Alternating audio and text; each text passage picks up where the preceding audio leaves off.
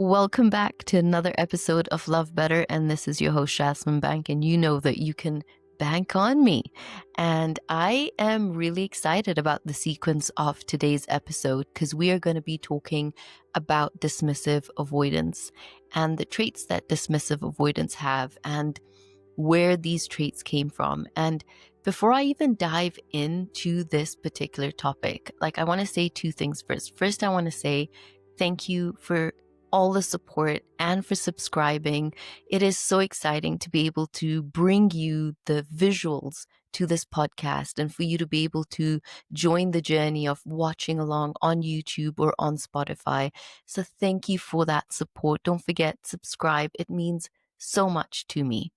And the second thing I wanted to say is, when we talk about avoidant attachment, there's so much pop media culture out there that really will demonize them and really have avoidants feel awful about who they are. And they're already so consumed with so much shame about their attachment style and why they can't seem to get things right. And so it's really painful for them to have this sort of an attachment style, and for a lot of them to not even understand that it's not fixed and it's something that they can work on. So I really wanted to do these episodes and create this podcast because it's supposed to be a safe space, and it's not only a safe space for anxiously attached people. It is a safe space for avoidantly attached people because remember, if you allow more room for them to feel more of themselves, to understand more of themselves, they're going to want to start to heal. And the more that we can help dismissive avoidance and disorganized, fearful, avoidantly attached people feel safe enough to recognize their patterns and want to heal, then inevitably you get to be with the person you love because now they are showing up so much better. And yes, it takes so much work, but I just want to say that, we need to create more humanizing eyes and love towards anybody with an avoidant attachment style.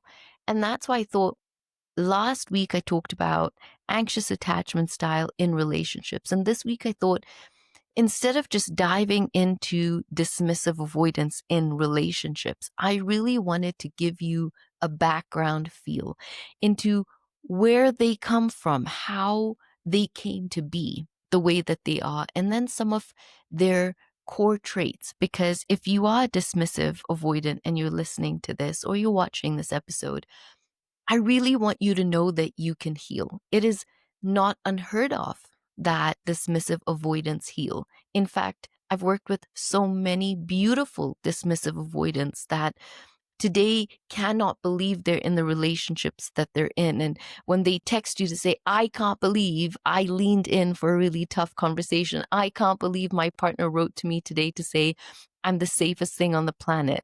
It's so beautiful to see those kind of transformations. So if you're dismissively avoidant and you're listening to this episode, I want you to know that you are seen, you are loved, and there's so much empathy and compassion that goes to how you grew up and just a lot of the loneliness that comes from what you have to hold inside and how you have to show up in the world.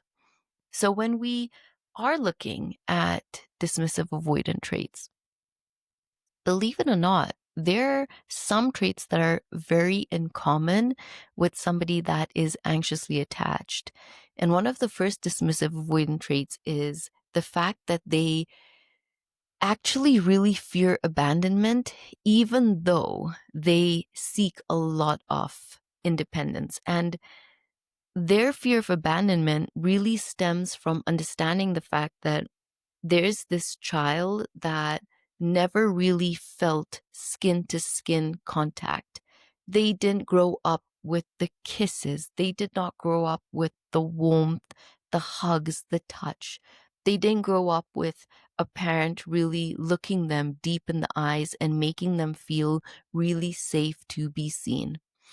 And so what they learned very, very early on in their lives is I could be abandoned. And it's not just a physical abandonment that they feel, it's an emotional abandonment because they never felt that they got to be attuned to emotionally. They never felt that there was room for them to scream, to shout, to express a variety of emotion. And for those emotions that they're expressing, which is calling for attention and calling for a need to be met, to be safe to express.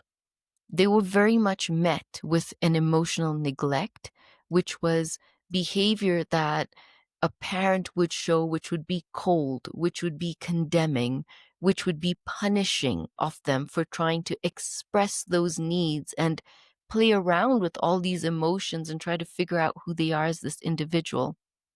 So they fear abandonment. They are terrified that they will emotionally be neglected in adult relationships. And that's because their brain never understood, neither did their bodies feel and experience attunement, not like somebody that was securely attached. So dismissive avoidance really, the cost of that fear of abandonment and the fear of emotional abandonment really leads them into the other trait, which is they are so highly dependent on themselves, which means they are completely independent. And in relationships, it can really leave the other person feeling, what's the point of my presence with you? I almost feel that you don't need me.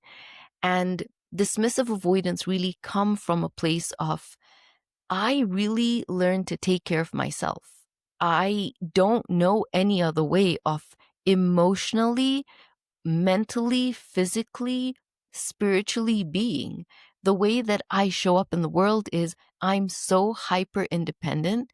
And I find when people cannot do that, I almost associate it to weakness. I don't know another way to see anybody needing to codepend on somebody else. And so people that are dismissively avoidant, of course, not only are extremely independent, but it really stems from a place also where they feel that they're not worthy of love. They're not worthy of being seen. And that independence stemmed from them being that child that really grew up pretty lonely. Even if they had siblings, even if they did have a parent that was very caring, they will sort of live with the core wound of the parents' love they crave the most that they never did get, or maybe even in this circumstance, both parents' love that they really craved and they never received. And if you dig way deeper into a topic like this and you look into the strange experiment that was carried out, you will see that anybody that was dismissively avoidant didn't really have massive reactions when their parent or caregiver came into the room or left a room, but the monitors would pick up a sense of heightened heartbeat, and the monitors would pick up, a sense of sweating, a sense of nervousness that came within the body, but they were very well in not expressing or showing a sense of urgency in needing this parent when the parent left the room, or a sense of urgency in needing this parent when the parent came back into the room, which obviously was very different from somebody that was anxiously attached, who would scream and cry and make noise to be seen and to be soothed. A dismissive avoidant child, very much from a young age, they sort of learned that there really is no one there for them. And that unworthiness of, I'm not worthy of being loved, really stems from them feeling nobody deeply wanted me. Nobody deeply sought for me. Nobody deeply cared when I had big emotions to create room for me. And so as this child, they don't have this brain processing ability to say, right, it's because this is my parent who is mimicking how they were parented. It's because my parent is an alcoholic. It's because my parent, is going through these kind of stresses and is sort of releasing this out on me. They were never parented to be loved and cared for themselves. My parent was never kissed, hugged, held, or told to sit on their own parents' laps and created room for. So this child's brain, almost freezes in those moments that says, in order for me to survive, I have to depend on myself. I have to create room for myself. And so the child is not using this unbelievable logic to make sense. It's this freeze and survive mode that they go into, and then go through life with. And then obviously as adults, come into relationships, and very often, sometimes a dismissive avoidant is known to very much attract the partner who can be very strong, can be very hostile, can be assertive. It's not that dismissive avoidance will always just be attracted to someone that's soft or empathetic, like somebody that's anxiously attached. And it's pretty interesting that they also don't just lean towards wanting someone very secure. They might find it very attractive, the secure traits that somebody securely attached can give space and is very comfortable with their own boundaries, their own energy, how they flow in a relationship. But dismissive avoidance very much often will attract fearful avoidance. And the interesting part about that, and I don't particularly in this episode want to get into being in a relationship with a dismissive avoidant. I really want to create room for you to understand who they are and how they came to be the way that they are, is they tend to really attract fearful avoidance. And when they're in a relationship with someone that's fearfully avoidant, they can really trigger the anxiousness in someone that's fearfully avoidant. So it's very interesting dynamic, but they really were brought up to be highly independent, and a lot of the times probably also felt extremely powerless. They did not have the power to do things about their situation when they were younger. So they sort of felt, I have to really rely on self because I seem to anger my parent or my caregiver a lot with any sort of big emotions that they naturally did have as children. Because you have to remember, dismissive avoidants are not robots. They very much walk the earth with a lot of pain, a lot of emotions. It's just their natural inkling is not towards solving them, nurturing those emotions, sitting with them, leaning towards the emotional side of why am I behaving the way I am? Where's this emotion stemming from? Why is my partner hurting? They almost can come across the word being very cold, very aloof, and they don't mean to do that at all. It's not that they're cold inside or they're aloof. It's because they actually try to run from the cold and the aloof. And the more they do it, the more they sort of just dig their heels down into that kind of an emotion. Because growing up, they experienced cold. They experienced somebody shouting down at them. They probably also really experienced a lot of abuse. It could have been emotional abuse or physical abuse.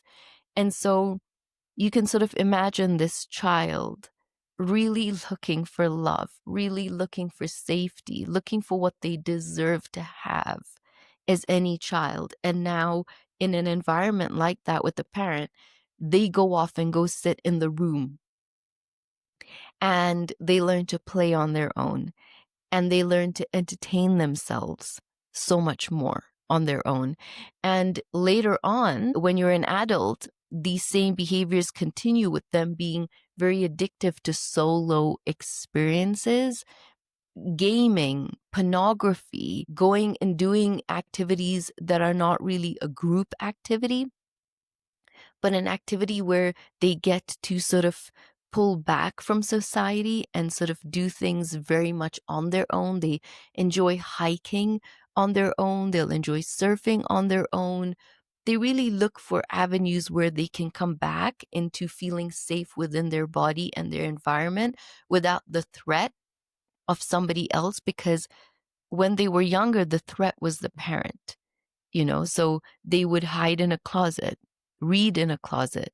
Sometimes I've had some clients who say they would hide under a bed and feel alone and scared. And so it would be their safe space to be under the bed, and then they could see the footsteps that came into the room and sort of notice that their body would tense up with which parent would walk into the room, and they feel safer hidden, they feel safer alone. So really understanding that a dismissive avoidance independence in the business world is so beautiful, but obviously when they are now being more attuned to wanting to get into a relationship, is for them to be able to recognize that their partner can create safety for them, and very much that safety lives within them to start to experience their own emotions, or with a therapist or the right coach that doesn't vilify being an avoidance. You really want to find, if you're dismissive avoidant, somebody that really respects who you are, respects your attachment style, and is so graceful and so patient in very much being there for you to help you heal through your dismissive avoidant, not make you feel wrong or not make you feel terrified about this trait that you have within you.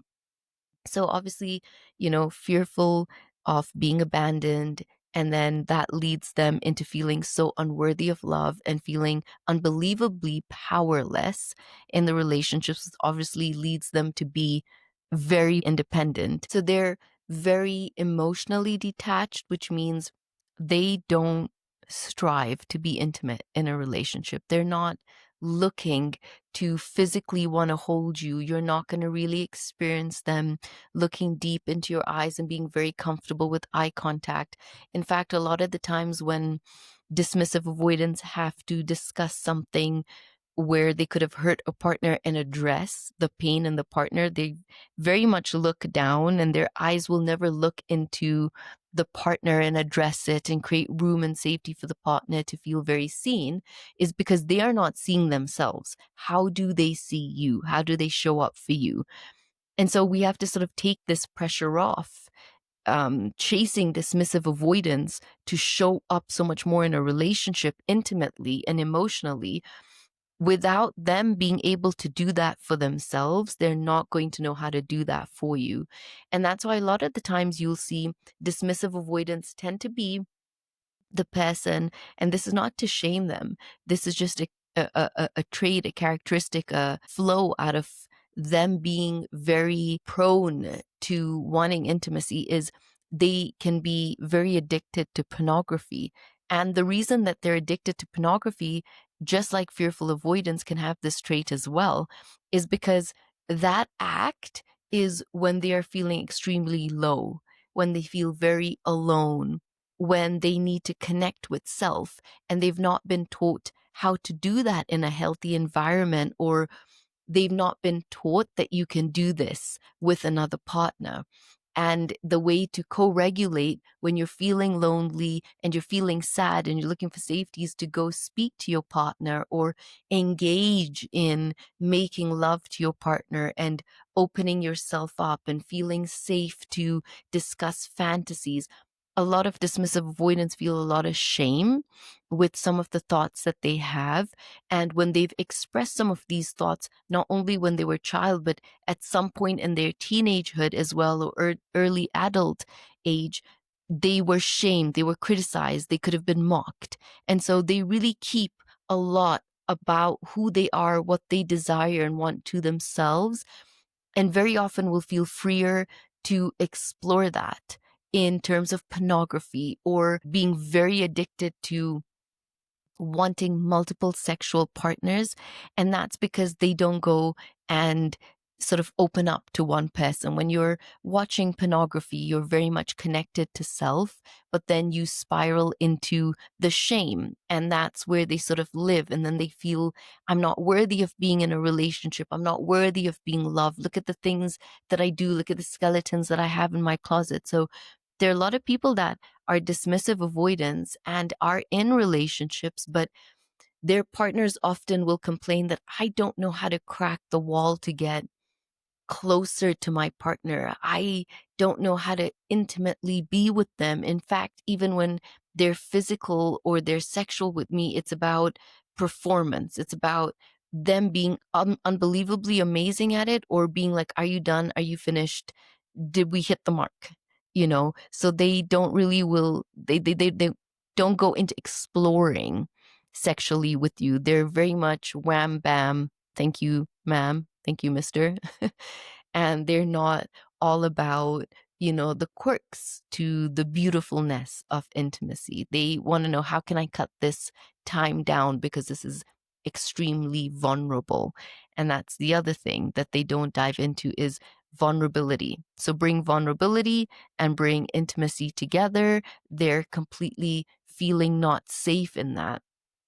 They don't feel safe to be held, to be seen, because if a parent didn't do that for them, didn't hold them, didn't allow them to feel safe in physical touch, then it's very hard for their nervous system, that's been running on a repeated subconscious pattern and belief that I'm not worthy of touch, I'm not worthy of love, and if I open up, someone will leave me because, you know, I have this deep sense of lack of self-worth, even though I display externally that I'm very confident, I'm very competent, I'm highly skilled, but it's something people will experience externally.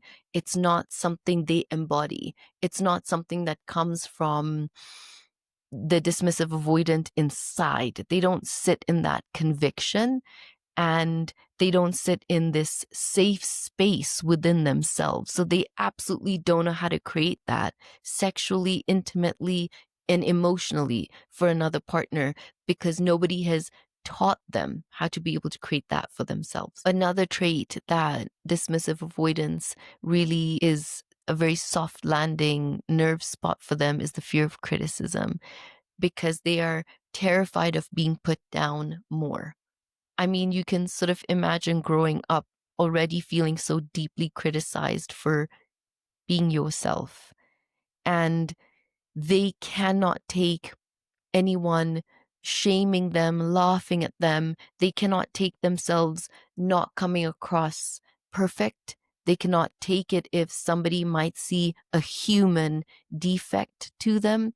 And that's why they socially tend to really pull away. They don't really hang out in groups. They don't have very close connections, very close friends that they over open up to and over confide in, because they're really terrified of people seeing this lack within them, which to me hurts so much, because dismissive avoidants are human. They have emotion, they have a heart, they have dreams, they have passion. They seek out wanting to be in a relationship and enjoy it very much until naturally it starts where the other person wants to lock in, and the natural flow of a relationship is we've gotten to know each other. It's been fun. It's being amazing. We seem to connect. There's not only chemistry, but seems to be a deep connection. I want to get to know you more, which means I would like us to get deeper, more intimate. What's the next step? Do I get to meet your family? Do I get to meet your friends? And very much a dismissive avoidant is not somebody that's dying to meet your family. They're not open to bringing you into their world very quickly. They'll sort of find different ways to pull out of that, very often self-sabotaging good relationships, self-sabotaging where they know that they've really met a wonderful person, and moving the relationship to the next stage means they need to enter an intimate world where more people will see them, more people will talk to them, question them. And they almost can feel like, wait, what if I've got my partner to see me and love me the way I am, but what if their friends, their parents don't like me? It's just easier for me to create a fight or end the relationship or pull away, or sort of sometimes be like, I think you want too much too quickly. You seem to be really needy. I have too much going on in my life. I don't have time for this level of commitment and emotion that you're looking for. And very often the dismissive avoidant who can really worship and love the partner that they're with will unbelievably have a story in their mind that shifts actually the way that they see the person now. This story tells them that this person's not good for me. This person doesn't support me. I don't think this person wants me to win in life. This person is too needy and too clingy. You can have somebody that's unbelievably physically handsome or gorgeous and they know it, but now the stories they tell themselves about being in a relationship that is seeking more out of them is this person really isn't my type. They're too tall, they're too short, they're skinny, they're fat, they're just not somebody like I think I want to be with. They'll body shame them, whatever it takes to get them out of that situation. And let me tell you something, they're hurting. They are truly hurting when they start to deactivate. They can sense that they are going to end up being alone again. What's more painful for them is they're in a place where they're like, why do I do this? And they can't sort of understand or reason with themselves. This has just been who they are their whole lives. And so when they have a partner that now wants them, wants to be with them, wants to connect with them, it really triggers a deep wound of rejection inside of them. They cannot stand to be rejected. They cannot stand for anyone to see anything negative inside of them. And so if you have been with a dismissive avoidant and you thought it was so great in the beginning, it was so wonderful, and I saw what an amazing person they were, but I just couldn't seem to get past a certain level with them, and it was so painful. It's painful to not be with them because I see them for who they are. I see the beauty in them, what they wanted. I saw how they loved me. There's no doubt inside of me this person loved me. It really is for you to understand and have this deep empathy and warmth towards the fact that they are really suffering inside. And especially even when they do break up, they really hurt. And it might look like they have a tendency to really move on very quick. And that's how they distract. They go back into that childhood room of being alone, of being solo, of reading that book on their own, drawing, whatever it is. If they were a millennial, whatever it is, if they're a Gen Z, gaming, pornography, whatever it is, to reconnect in that solo box, solo space on their own.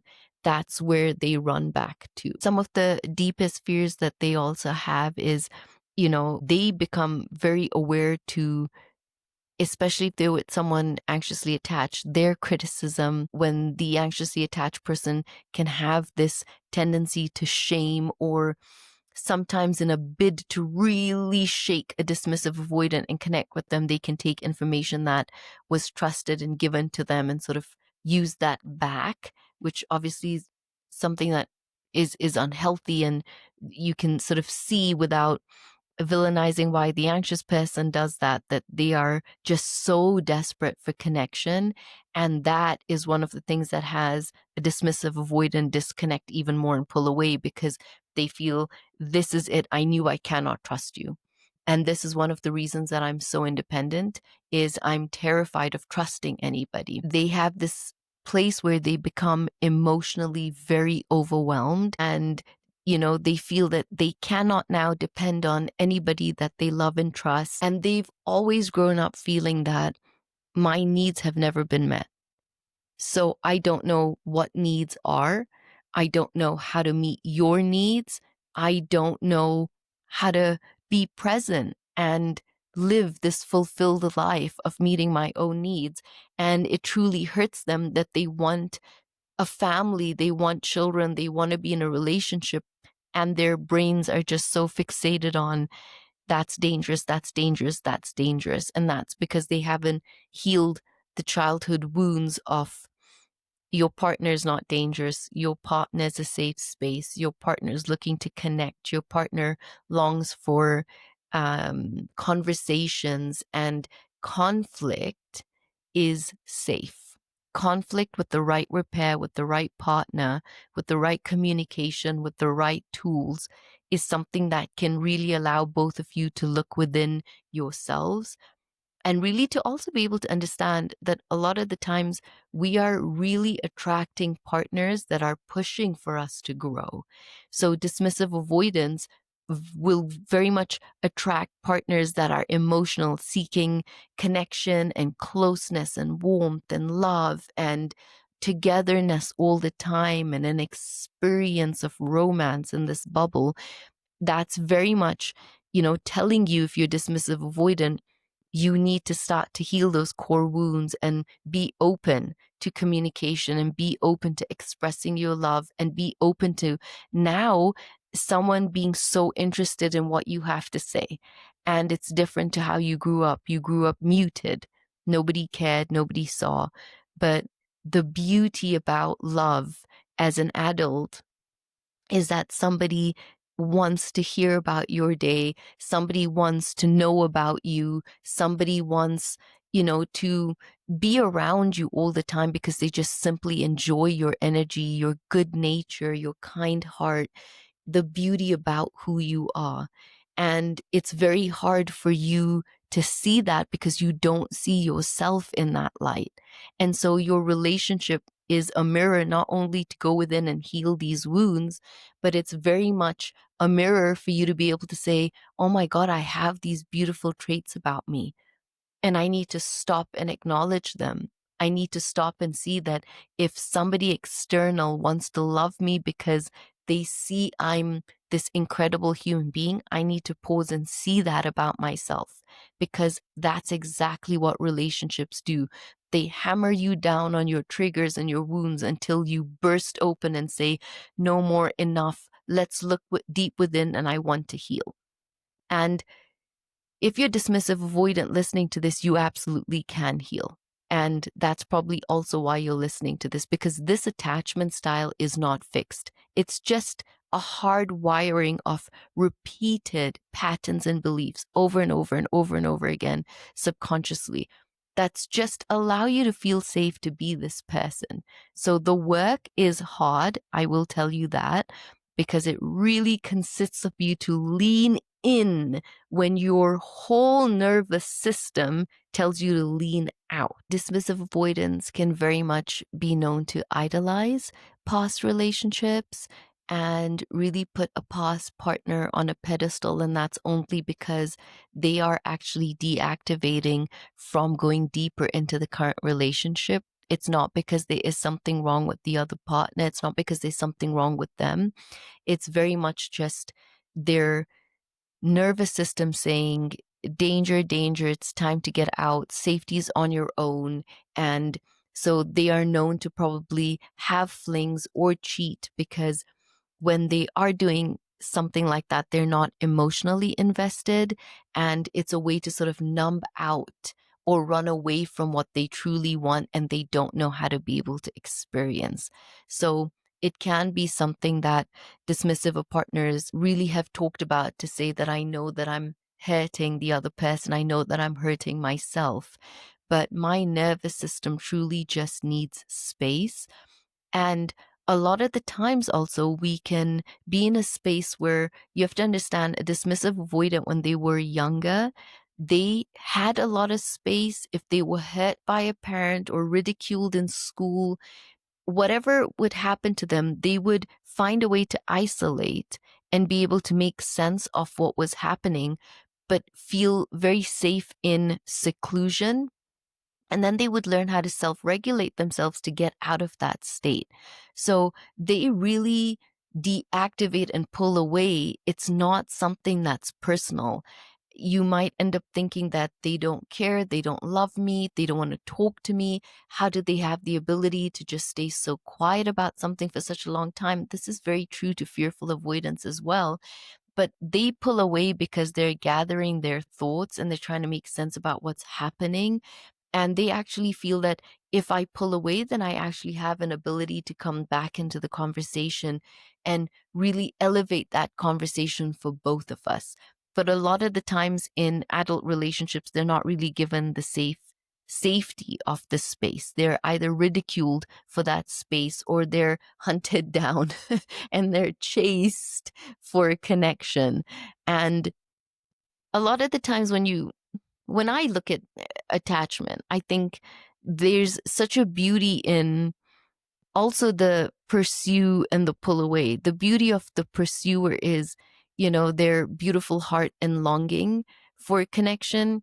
And the beauty in somebody looking to feel safe is, something admirable about the fact that they can feel safe within themselves. And that's what we try to teach anxiously attached people, is how to self-regulate and not want to connect with the other person all the time, that you can trust your nervous system to do it on your own. So it's really something beautiful if you were to talk to dismissive avoidant and say, how do you regulate your nervous system? What do you do? It's normally not breathing techniques. It's not journaling. It's not meditative, but they do find very interesting ways to just sort of allow their nervous system to come back to a sense of stability and safety that they create within themselves. Obviously, the beauty then is for them to go back out into the world and trust that their safety is enough for somebody else, and to allow someone else to come back into their world. But they are rigid with their boundaries. They're rigid with, no, I'm fixated. This is my world. I'm not breaking it for anyone else. This is how I operate. This is how my systems work. It's, you're either in it or you're out of it. Whereas obviously, anxiously attached people are like, boundaries? Which boundaries? I don't have boundaries. I want to be with you all the time. If it means that I would lose connection, then I don't have any boundaries. Whereas in a lot of dismissive avoidants that I've actually worked with say they find it very sexy and very beautiful for a partner that actually does have boundaries and is very vocal about what they will tolerate and will not tolerate. Dismissive avoidants very much do like to know that, somebody is focused and very independent in knowing their self-worth as well. And they actually really tend to respect that in a relationship. You have to remember one thing about a dismissive avoidant is they really spend a lot of their adult lives coping.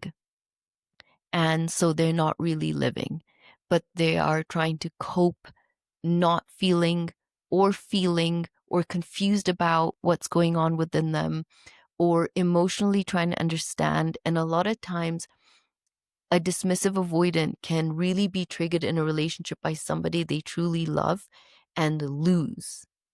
And very often that's what has them go, this is enough. I really need to find somebody that can help me understand why I function the way I do, how to be able to really hold space for my inner child, really reparent my inner child and a lot of the core wounds I have, where I feel, I need to have tougher boundaries and I'm terrified about being criticized, and I'm always living on the defensive because I'm not trying to not understand someone's world. I'm just so terrified of someone not understanding where I come from and not having the luxury and ability to sit down and emotionally express that. They know what they are feeling. They know what they're thinking. But when they end up being with a partner that is fluent in expressing how they feel, they shame themselves even more and go, damn it, I can't voice things that way. I can't talk that way. I don't have this ability to be like you. You're so flowy, so easy. Love comes so naturally to you. And so they will shame themselves for not being able to be that way. And so they really are always living in coping, in repressing emotion, in repressing their negative emotions, in not expressing. They avoid deep relationships because it really reminds them of memories in their childhood that they don't tend to think of very fondly. And they're always waiting for someone to end up being like a parent. So you could love me, you could see me, but at what point will my parent show up? And that's part of being able to really work with someone that helps you feel safe within yourself again, so that you don't really attract a parent back into your life.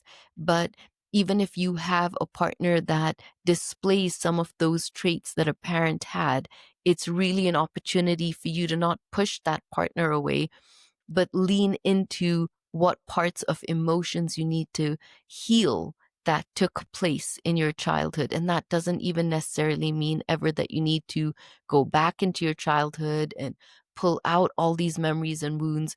It's really your ability to be able to be so present to the emotions that came up, that do come up, and then you being able to rewire yourself to be someone that's more secure.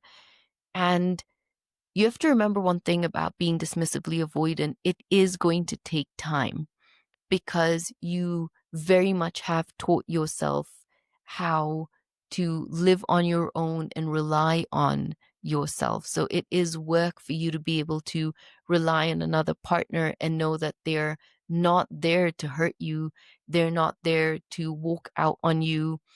And you might even turn around and say, well, Shasmin, I did have partners that walked out on me. But a lot of the fairness is because we come into relationships because we want to be fulfilled, we want to give, we want to get. And so when they are not getting, there's a fairness to say that is why they left. And it was not because you're this evil, bad villain. It's just because you chose to live in certain patterns and beliefs. And now, even listening to this podcast, you want to walk out of that and start to heal parts of yourself so you can enjoy the deliciousness of a healthy emotional relationship. You can enjoy opening yourself up sexually to a partner that you trust, and you want to experience, the beauty of being with a partner in such a vulnerable way, because you cannot speak 1,000 languages like when you're with a partner intimately. And I'm not just talking about emotionally, but I'm talking about physically intimate with somebody. There's a level of openness, of communication that is spoken in such a different way. So you want to be able to be open to someone seeing you in that way, not feeling any sort of shame with. So you will find, dismissive avoidance really tend to feel, I can sustain myself. I do not need to rely on anybody, because if I couldn't rely on a parent, I don't need anybody else in my life. They very much learned how to hide emotions, not with themselves. They can feel a lot of pain. They know how to numb that pain out, but they can very much hide emotion from somebody else. And that's why, they can come across with somebody labeling them as being extremely cold. As toddlers, they grew up not feeling they needed the warmth, and yet felt they needed the attachment to a parent without ever experiencing what it would be like to go into the warmth of being a child, of being this toddler that's seen, that's loved, that's cuddled, that's nurtured upon. And so they really are people that tend to sustain themselves on their own, and they cannot understand neediness of anybody else. If you've got to remember, if a partner cannot biologically connect to a parent, how do they start to just open up and connect to a partner? They see the partner as a threat. And it's not that they're even aware, honestly, consciously of this, but their nervous system almost sees their partner as a threat to take away their independence, take away their voice, something that they've cultivated and worked so hard to build, to live on their own, to sustain themselves. I'm not going to have worked so hard to find safety in myself for someone else to come and melt it all away. And then what if they leave? And so that's why it's the work of the dismissive avoidant to really start to feel safe, not only in their presence, but in the presence of friends, in the presence of their parents again, in being able to see the parents with the compassion and the warmth of, this truly was the best that you could do. And for me to heal and be my best self, I know that I cannot villainize you along the way and victimize myself into healing. True healing comes when I can see bad behavior for what it was, as bad behavior, but not making anybody be bad as a person. So the parent is not a horrible human being, but displayed hurtful, bad behavior that had me grow up this way. And now I can see their bad behavior stem from a lot of their pain. And I'm almost replicating that. That's why I want to heal, so that I don't carry out bad patterns and bad behavior, because I very much know that I'm an amazing human being and I have feelings and I have thoughts and desires and longings as well. You have to remember they run away from criticism with you because they're already criticizing themselves so harshly. They're such a harsh critic inside of their own brains. And I normally give people this example, and I turn around and say that if you lived with a roommate that was always screaming, always putting you down, always mean, always taking pokes at you, would you want to consistently live with somebody like that, or would you pull yourself out of that environment? And very often you find dismissive avoidance, their roommate is in their head. They are so critical of themselves. They really judge themselves so harshly. And that's why they can't see themselves as letting you down or failing you, because they just have this voice of, I can't believe you did that. I knew you would mess that up. You don't deserve a good partner. You don't deserve someone that loving. They're above your standard. Why would they ever want to be with you anyway? If they got to really know who you are, they'd want to leave. So they really already live with 1,000 paper cuts within their body and their own mind created by themselves. So this is one of the reasons that if there's a little criticism from their partner, they cannot take any more paper cuts. That's when they will bleed onto you now, and you will experience them being very hostile or the wrath of their anger coming out, because it really is them feeling they have failed you and failed themselves. And it comes out as obviously them pushing you away or hurting you or saying things that can leave you feeling, I don't understand what I did to deserve this, or how much more do I need to love them or soften up for them to keep feeling safe. Their work is to start feeling safe in their own minds and toning down that criticizing voice to put themselves down, and then really learning to lean into the emotions and thinking about, what is it that I'm feeling? How can I move into feeling like that? Is it a story that I'm saying to myself? Is there truth to that? And then just sitting with the discomfort of emotion in their body. Something that's very normal for someone securely attached, or very normal for someone that's anxiously attached. Something I definitely want to add is, we sort of address attachment styles as a whole, but they also really is a difference with someone being dismissively avoidant when they are in their masculine, and someone dismissive avoidant in their feminine. And it really does play a difference, because a dismissive masculine male who's already brought up in a world where you're not supposed to cry and you're supposed to be really strong, you're supposed to be high achieving, and it can be extra hard for them to have to lean into wanting to heal or step into that emotional world where they're not ridiculed about looking to heal, or they don't have guy friends that are like, you're being such a girl, or why are you being a woman, or so. We need to also have softness to dismissive avoidant men that really go against the grain of wanting to be softer and get in touch with their feminine sides as well. I think one of the things I want to wind out this episode with is, dismissive avoidance didn't learn how to self-soothe. They learned how to not feel at all. They learned how to numb things out. So you could have this child that went to a parent, they're crying, and get the stop crying, or I'll give you something to really cry about, and that child becomes this human that just is terrified of emotion. And they didn't build walls to keep you out. They literally built walls to just keep themselves protected. and play inside those walls because that's the safety for them.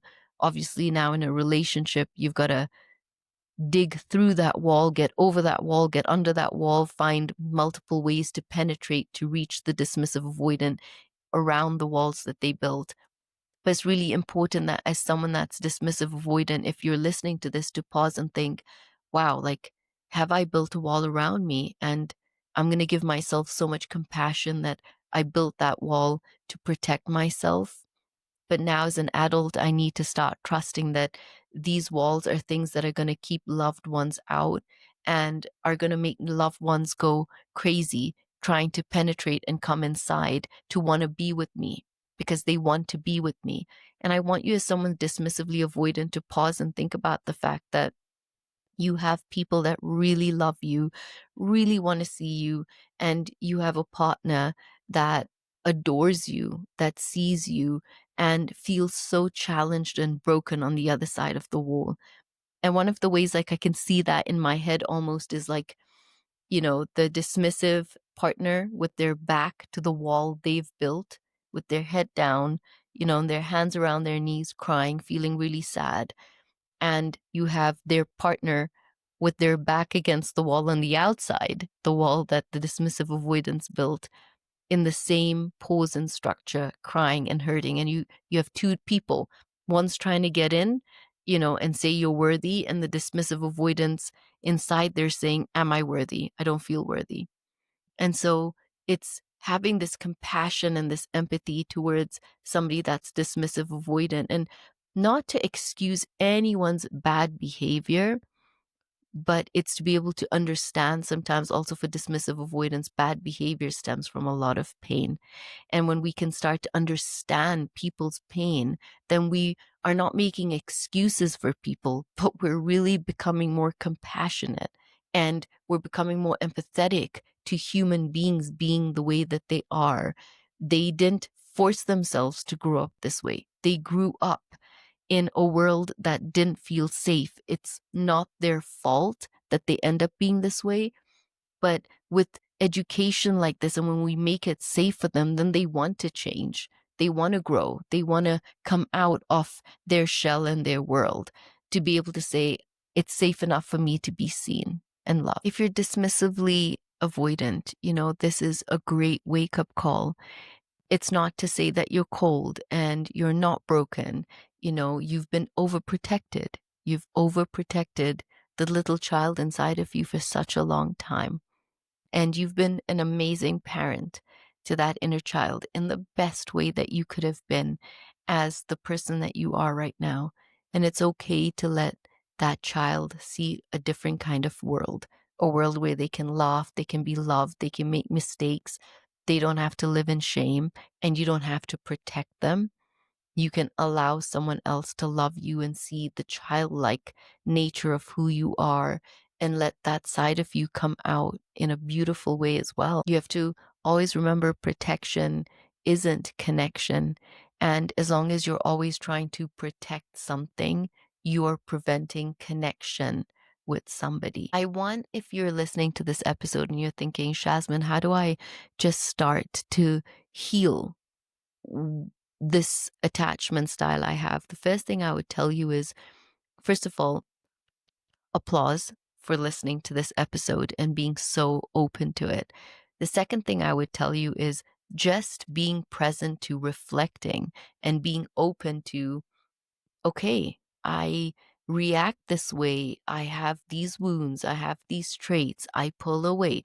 Just starting to be familiar with the way that you behave and some of the traits that come up for you, being very aware of some of your responses in your relationships. Doesn't only have to be with a partner. Start to be aware of how you react in the workplace. Start to be aware of how you act with your siblings, with close friends, with a parent, with a partner. Just start to notice, what are the emotions that come up, and when do I instinctively feel like I need to go back into my fort? And how can I start to be more present and allow myself to feel uncomfortable? And when I'm feeling uncomfortable, where am I uncomfortable in my body? Start to put names to your emotions, start to feel the discomfort in your body, and start to feel privileged that you can handle the discomfort in your body because you know how to work your nervous system better than anybody else. You're going to learn how to be in charge of it. So the discomfort you feel is in your own body, which means you are able to be able to pause and put your hands on those parts of the body and be able to say, okay, I don't need to run away from this right now. What do I need to learn from this? How can I articulate this better to the person that I care and love? Do I need to let them know that I'm feeling scared? Do I need to let them know that I have a big emotion popping up right now? Can I voice it and see how it lands? Can I voice it and see how my partner takes it and how they could create safety, and I can allow myself to feel safe in their safety? I don't have to go and control it. Allow people to see you. Allow people to see you without the stories you're creating in your mind on how they are seeing you. But allow yourself to be in the presence of other people and start to notice other people. Start to get comfortable with emotions. Start to just notice how people express emotion around you in different ways. Start to open up that emotional IQ around you and just become aware. Even if you're watching a show, even if you're watching a reality show, you're watching a movie or a series, start to notice emotions that people are expressing and start to think about, okay, those are beautiful emotions. Look at how people can articulate it. Look at how people can run away. Who do I tend to relate to a lot more in some of the shows? A great one that I've not actually watched and got through, but I did see a couple of people said sort of showed avoidant and secure attachment style was, I think it's on Netflix. It was the show of Nobody Wants This. I definitely want to watch that show, but it would allow you, from what I read, was people said that there was a lot of, I think the rabbi is a lot more secure and the woman he attracts is a lot more avoidant. And it's just very interesting to see that kind of a dynamic. So put yourself in situations in shows and movies and just sort of notice, would I relate more to this person who's being more emotional? How do they voice it? Just start to become aware. These are like baby steps. If you are dismissive avoidant, you have spent years trying to convince yourself that you do not need love, you don't need to be seen, you don't need to be held, and that makes you strong. I want you to know that the truth is you're a human being and we are wired for connection. We are wired to be seen. We are wired to be desired. We are wired to be loved on someone else's terms as well. And so I want you to really take a deep breath at the end of this episode. And I would just invite you to journal and see how you feel and talk to maybe your partner and ask them, are these some of the characteristics you've ever noticed about me? And I would love to hear how you feel in this relationship. Notice when you get uncomfortable. Notice when your body feels like, I want to pull out, I want to leave. But just start to get really comfortable with the fact that you really do deserve love and you do deserve someone to give that love to you. And I'm pretty certain you do have someone in your life right now like that, or you want to invite somebody into your life like that. But your first step is to just stop running from wanting to be seen. And I just want you to know we see you. I see you. I see you as an incredible human being full of love and laughter and joy and a purpose on this planet. And one of those purposes is you have a gift within you called love. And it is incumbent upon you to give your love to someone because someone deserves to be loved by you. I want to say thank you so much for joining me on this episode. And I really hope that it allow you to feel safe. And I would really love to hear from you. I'd love to just know how this landed for you. If you were listening for a partner, if you were listening as the partner. And I would love if you subscribe and you follow along. You can now watch me on YouTube. You can watch this on Spotify, or you could hear this on Apple or Amazon Music. But most importantly, I'd love to connect with you. Send me a DM on my Instagram at Shasman Bank. Connect with me on TikTok, where I post so many different videos, or just leave me a message and comment onto this section, and I would love to be able to answer some of your questions, or even base some of my episodes around some of the deep questions you have and the longings you have. But I want to say thank you so much for being present, being with me through these episodes, and I hope one day that our paths cross and I get to meet you. Until the next episode, this is your host Shasman Bank, and I hope you know you can bank on me.